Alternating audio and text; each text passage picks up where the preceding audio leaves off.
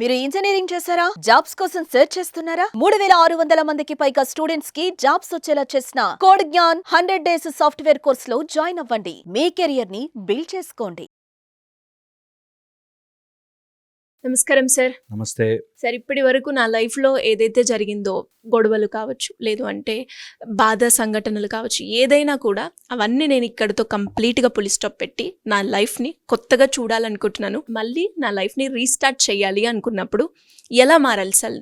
నేను మార్చుకుంటూ నా లైఫ్ కొత్తగా ఉండాలి అంటే ఎలా చేయాలి? చాలా వెరీ ఇంపార్టెంట్. ఎవరైనా వాళ్ళ జీవితాన్ని కొత్తగా స్టార్ట్ చేసుకోవాలనుకుంటే కొన్ని ఇంపార్టెంట్ రూల్స్ ఇది మీ జీవితంలోకి ఇంక్లూడ్ చేయండి.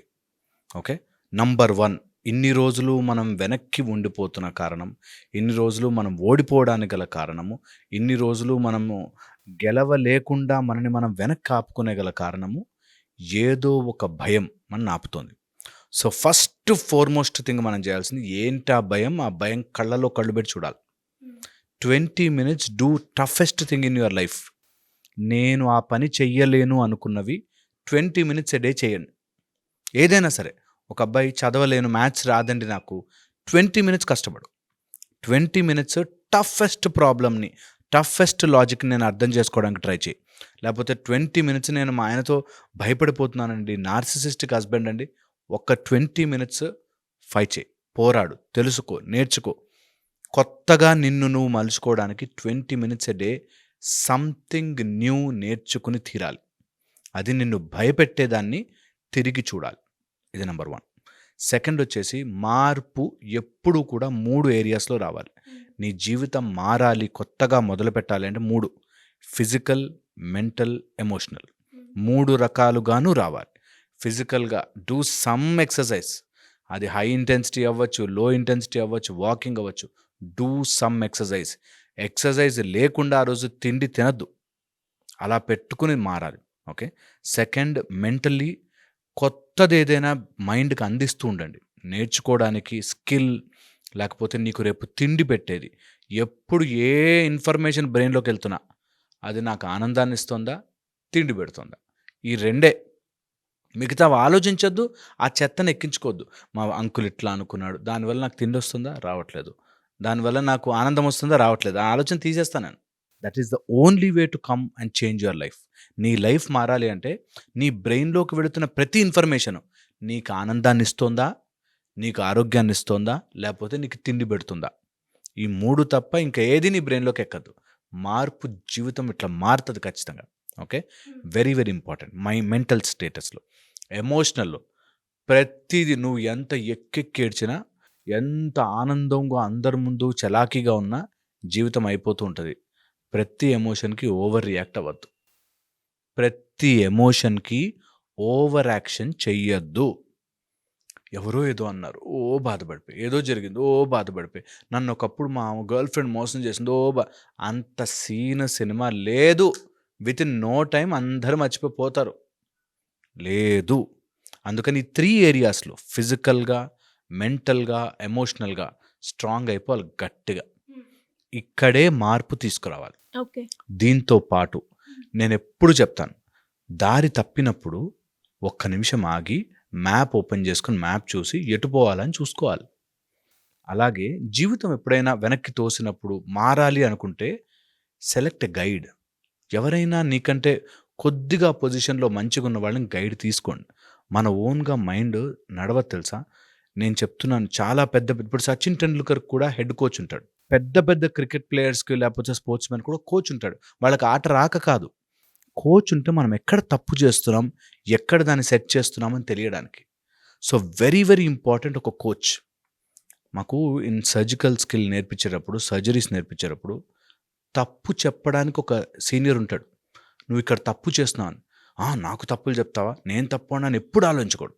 ఎన్ని తప్పులు కరెక్ట్ చేసుకుంటూ వెళితే అంత గొప్పవాడిగా ఎదుగుతావు, గొప్ప ఆమెలాగా ఎదుగుతావు.